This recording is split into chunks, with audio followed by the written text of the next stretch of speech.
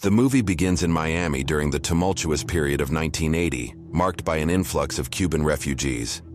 Among them is Tony Montana, a refugee intercepted by 3 INS officers. Interrogation ensues, during which Tony answers myriad questions. Amidst the questioning, an officer notices something on Tony's hand, a black heart, signifying his past as a hitman. Subsequently, he is placed in a camp with other refugees, forming connections and friendships, particularly with a courageous man named Manny, formerly of the Cuban force. Despite ongoing interrogations, about a month later, Manny presents Tony with an offer from the mafia. The proposal involves eliminating a man named Rebenga, with the promise of obtaining green cards in return. Tony, motivated by revenge, readily accepts. Exploiting a riot, Tony seizes the opportunity to kill Rebenga, fulfilling a vendetta against him, as Rebenga had tormented Frank Lopez's brother. Following this, both Tony and Manny acquire green cards, marking their transition to a new phase. They secure employment washing dishes in a taco shop.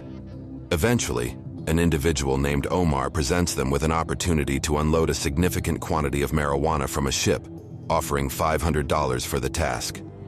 Tony, discontented with the compensation, demands more, at least $1,000. Unfazed, Omar suggests an alternative, a job involving purchasing 2 kilos of cocaine from a man named Hector for a more substantial reward of $5,000. Upon hearing this, Tony agrees and recruits 2 friends, Angel and Chichi, from the Cuban camp. Together, they embark on a mission to Hector's house, with Manny and Chichi positioned downstairs. Angel and Tony ascend the stairs to meet Hector for the cocaine deal. However, Hector, instead of producing the cocaine, engages in delaying tactics, much to Tony's frustration. The situation takes a turn when Colombians arrive, providing guns. It becomes apparent that Hector never intended to sell cocaine. He was after the buyer's money. Despite Tony's refusal to pay, they threaten to harm Angel, eventually cutting and preparing to hang him if payment isn't made. In the nick of time, Manny and Chichi intervene, eliminating the threat by eliminating the assailants one by one. Amid the chaos, Manny sustains a gunshot wound, and Hector attempts to escape. Tony, fueled by rage, pursues Hector, confronting him in the middle of the road and fatally shooting him. With Hector's demise, Tony secures both the cocaine and the money. In a bid to evade the police, they make a quick escape before Frank Lopez learns about the incident.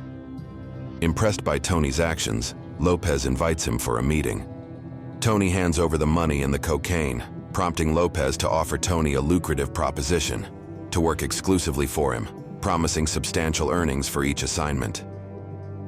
As they discuss the details, Tony notices Lopez's girlfriend Elvira, who captivates him with her beauty.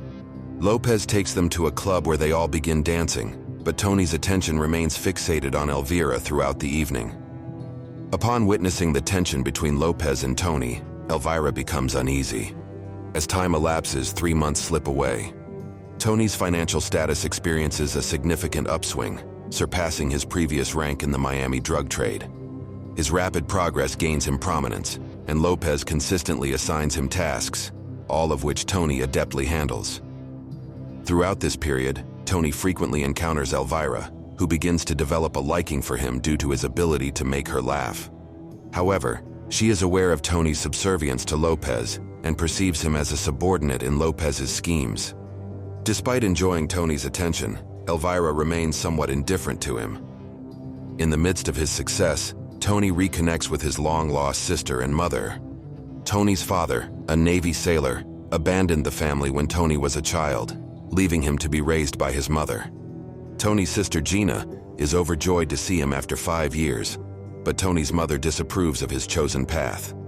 Despite her disapproval, Gina is genuinely happy for Tony's achievements. Inside the house, Tony proudly announces his newfound financial stability, placing $1,000 on the table. However, his mother reacts angrily, rejecting the money and instructing him to leave. Tony exits, but Gina follows, expressing her happiness for him. Tony, aware of his sister's genuine concern and support, quietly hands her all the money. Gina is the only one who believes in his positive transformation. Protective of his sister, Tony instructs Gina to return inside and sits in his car. Observers note the beauty of Gina, leading one to comment on her attractiveness. Tony, angered by the remark, warns the individual to keep a distance, emphasizing the need to stay away from him and his family. The scene shifts to Bolivia, where Tony is accompanied by Omar on a mission to negotiate a drug deal with the formidable drug lord Jandro Sosa. Frank Lopez faces business challenges, prompting him to seek a new distributor. Lopez assigns Omar to negotiate with Sosa, but Tony, observing Omar's inadequacy in handling the situation, intervenes to salvage the deal. Taking matters into his own hands, Tony strikes a new deal with Sosa.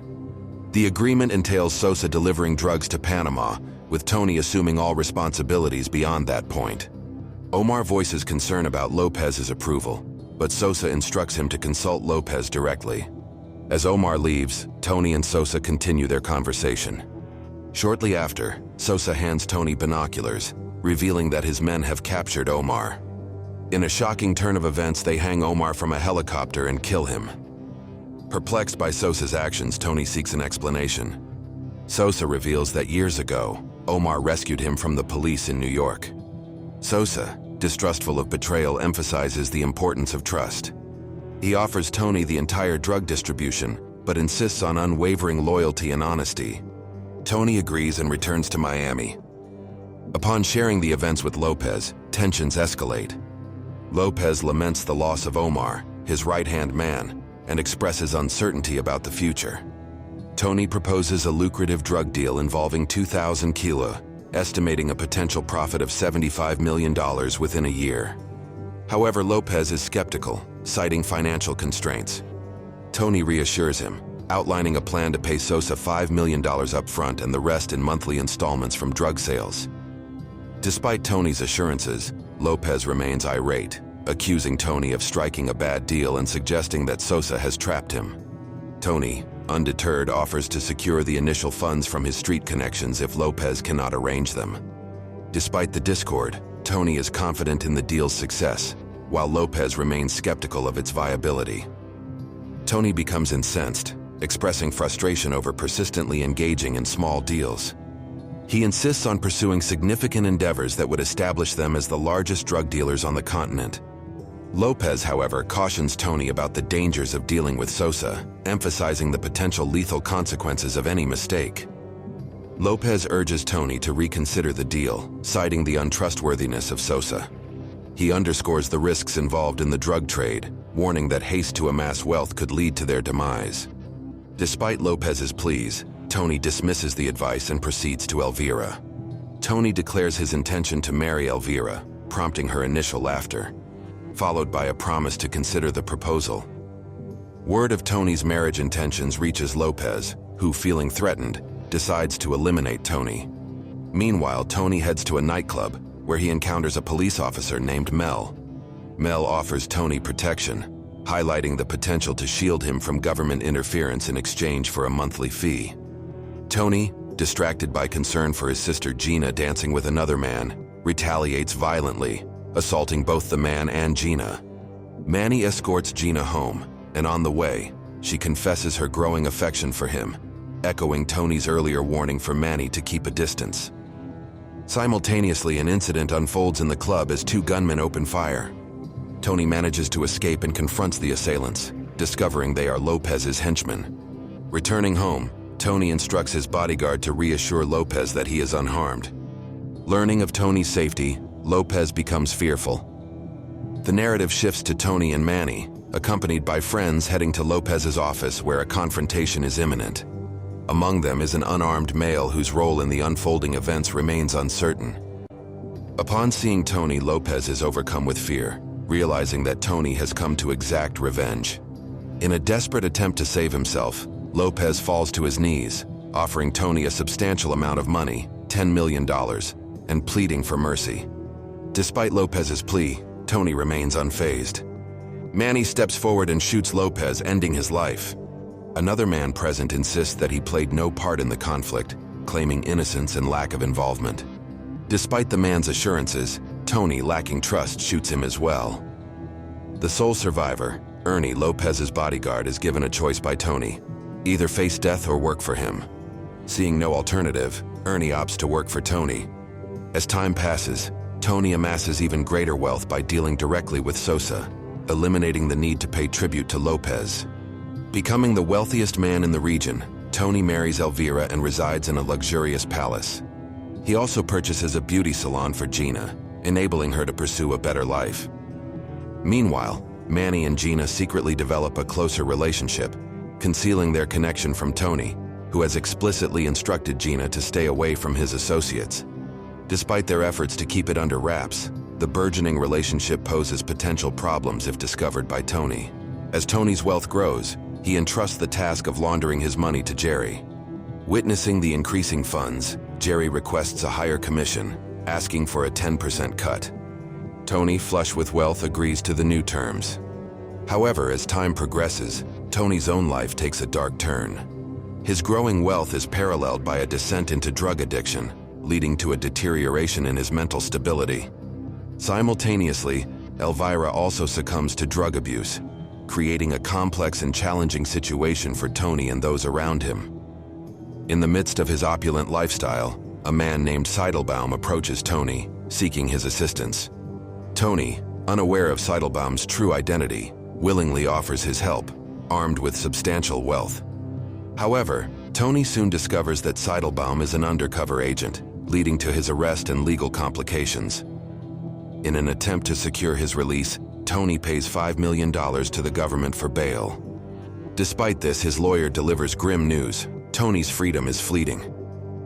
To have all charges dropped, the only option is for Tony to spend 3 years in jail.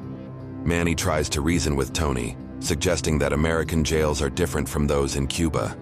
Manny proposes a plan to use their connections to ensure Tony's comfort and even potentially reduce his sentence to 6 months. Furious at the prospect of imprisonment, Tony rejects Manny's proposal, asserting that he would prefer death over spending a single day in jail. As tensions escalate, the truth is exposed, leading to a call summoning Tony to Bolivia.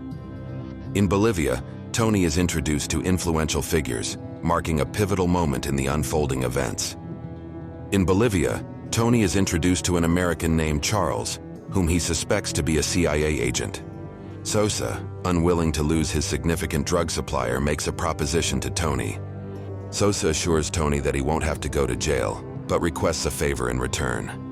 Tony is shown a video featuring a journalist who possesses sensitive information about the Bolivian government and Sosa's operations. Sosa explains that he's dispatching his men to New York to eliminate the journalist and asks for Tony's assistance. Reluctantly, Tony agrees, even though New York isn't his typical territory, and he has refrained from killing civilians in the past. The journalist is an innocent civilian, but Tony feels compelled to comply due to the lack of alternatives. Returning to his city, Tony faces mounting problems in his marriage with Elvira. A restaurant confrontation leads to Elvira severing ties with Tony, resulting in the dissolution of their marriage. Angry and frustrated after Elvira's departure, Tony vents his frustrations in the restaurant, declaring himself a necessary criminal for people like those present. Unbeknownst to Manny, Tony decides to go to New York without revealing the purpose behind his journey. Accompanied by Alberto, they reach New York with sinister intentions. Upon arriving in New York, Alberto places a bomb under the journalist's car, intending to detonate it when the journalist is en route to an event building. However, Tony is shocked to discover the journalist's entire family in the car. Enraged, he confronts Alberto, expressing his dissatisfaction with targeting the journalist's family. When Alberto disregards his objections, Tony kills him. Word of the bomb plot reaches the government, leading to increased security around the journalist. Sosa becomes the prime suspect, and the entire police force intensifies efforts to apprehend him. The situation escalates, setting the stage for a complex and perilous chain of events. Upon learning of Tony's involvement in thwarting the journalist's assassination in New York, Sosa becomes enraged and vows to eliminate Tony. Returning to Miami, Tony discovers that both Manny and Gina are missing. Concerned, he approaches his mother, who expresses worry about Manny being influenced and drawn into Tony's turbulent life. She provides Tony with Manny's new address, where he confronts Manny and Gina. When Tony arrives at the location, he is greeted by Manny at the door, and Gina appears in a nightgown. Misinterpreting the situation, Tony becomes furious, believing that Manny has betrayed him. In a fit of rage, Tony kills Manny. It is then revealed that Manny and Gina had recently married and intended to surprise Tony. Gina, devastated by the loss of her husband, confronts Tony, expressing her grief and frustration over his impulsive actions. Returning to his palace, Tony finds himself in the crosshairs of Sosa, who sends a barrage of killers to eliminate him. Despite being under the influence of drugs, Tony defiantly dismisses Sosa's threats when contacted. He acknowledges the mistakes he has made, especially in killing his best friend. Sosa's killers infiltrate Tony's compound, systematically eliminating his guards. Gina, armed with a gun, approaches Tony, accusing him of denying her the touch of other men because he loves her. In a tragic turn of events, Gina begins shooting Tony, demanding his touch. Sosa's men intervene, shooting Gina in the process. Enraged, Tony retaliates, killing one of Sosa's men with a machine gun. As Sosa's men continue to overwhelm Tony's defenses, he rushes to Gina's lifeless body, expressing deep remorse and sorrow. Meanwhile, Chi-Chi, another character, is introduced, leaving the narrative open to further developments in this intense and dramatic sequence of events. As Chi-Chi comes running to Tony's door, Gina had already closed it from inside. Despite Chi-Chi's screams outside, Tony remains unaware, and the assailants manage to kill Chi-Chi. It's only when Tony realizes that a group of people is standing outside his door to kill him that he takes decisive action. Tony, armed with an M69 rifle and a grenade, breaks down the door, sustaining injuries in the process. He emerges, unleashing a hail of bullets, eliminating all the killers outside. In the aftermath of the intense firefight, Tony, unaware that one killer, Skull, has survived, continues screaming. Seizing the opportunity, Skull comes from behind and fatally shoots Tony with his shotgun. Tony falls in front of his adversaries, and the remaining killers surround him. The film concludes with Tony lying lifeless in a fountain, marking the end of his tumultuous journey. This tragic conclusion brings closure to Tony's story, leaving a lasting impact on the narrative and underscoring the consequences of a life steeped in crime and violence. That's a wrap for Scarface. How did Al Pacino's portrayal of Tony Montana impact your perception of the character? How did Tony's journey resonate with you? Explore the complexities of morality and power in the film. Join the discussion in the comments and cast your vote in our poll. Which scene from Scarface left the strongest impression on you? Your enthusiasm keeps the movie magic alive. If you enjoyed this recap, don't forget to hit subscribe and give us a thumbs up for more enchanting content. Thanks for watching.